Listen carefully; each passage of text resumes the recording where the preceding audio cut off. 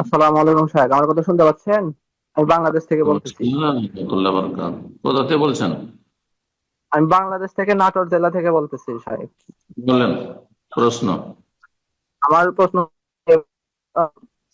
Honours pass করেছি, এখন সরকারি চাকরির পরীক্ষা দিতে যাচ্ছি। এখন আমাদের এখানে প্রাইমারি প্রাথমিক বিদ্যালয়ের পরীক্ষা দিতে যাচ্ছি। এখন এখানে আমাদের এখানে হচ্ছে পয়লা বৈশাখে বিভিন্ন গান বাজনা করা হয়, তারপরে হচ্ছে 21শে ফেব্রুয়ারিতে ফুল টুল দেওয়া হয়।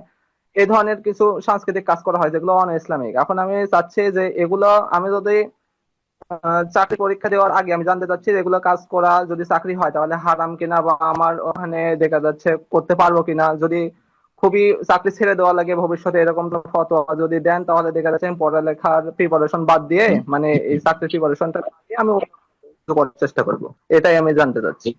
এগুলি করতে কি আপনাকে বাধ্য করা হচ্ছে না স্বেচ্ছায় ওখানে উপস্থিত হচ্ছেন? এখন আমি শুনেছি যে শিক্ষকদের ওখানে উপস্থিত হওয়া বাধ্যতামূলক 21শে মে, তারপরে হচ্ছে আপনার পয়লা বৈশাখে বিভিন্ন সরকারি হচ্ছে যে আপনার এগুলো দিবসে মাস্টারদের হচ্ছে উপস্থিত থাকা বাধ্যতামূলক। মানে ওখানে স্টিল গান বাজনা হবে, তারপরেও মাস্টারদেরকে ওখানে উপস্থিত থাকতে হবে। আপনি চাকরি করছেন শিক্ষকতা, তাই না? না স্যার, আমি চাকরির পরীক্ষা দিব, আমি প্রিপারেশন নিব। এখন আমি আগেই জানতে চাকরিটা চাচ্ছি কিসের যদি চাকরি? কাজটা কি করবেন? আপনি কোন ক্ষেত্রে চাকরি করছেন, করতে চাইছেন? আমি হচ্ছে প্রাইমারি স্কুলের শিক্ষক।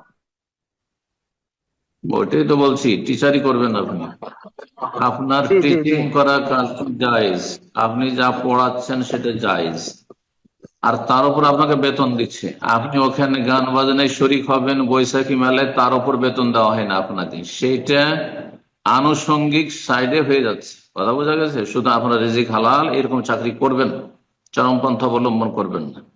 বাকি থাকলে এইরকম নাজায়েজ অনুষ্ঠান, নিঃসন্দেহে এসব হারাম অনুষ্ঠান।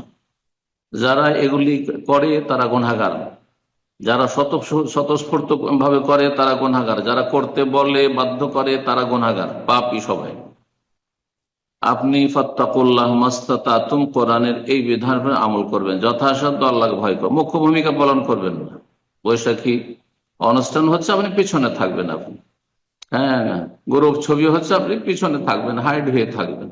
একান্ত যদি সেখানে উপস্থিত হইতে হয়, অথবা যদি বিভিন্ন বাহানা করে সেটাকে এড়িয়ে যাওয়া যায় যে আমি হাজির হব না, সেটা করতে পারা গেলে আরো ভালো।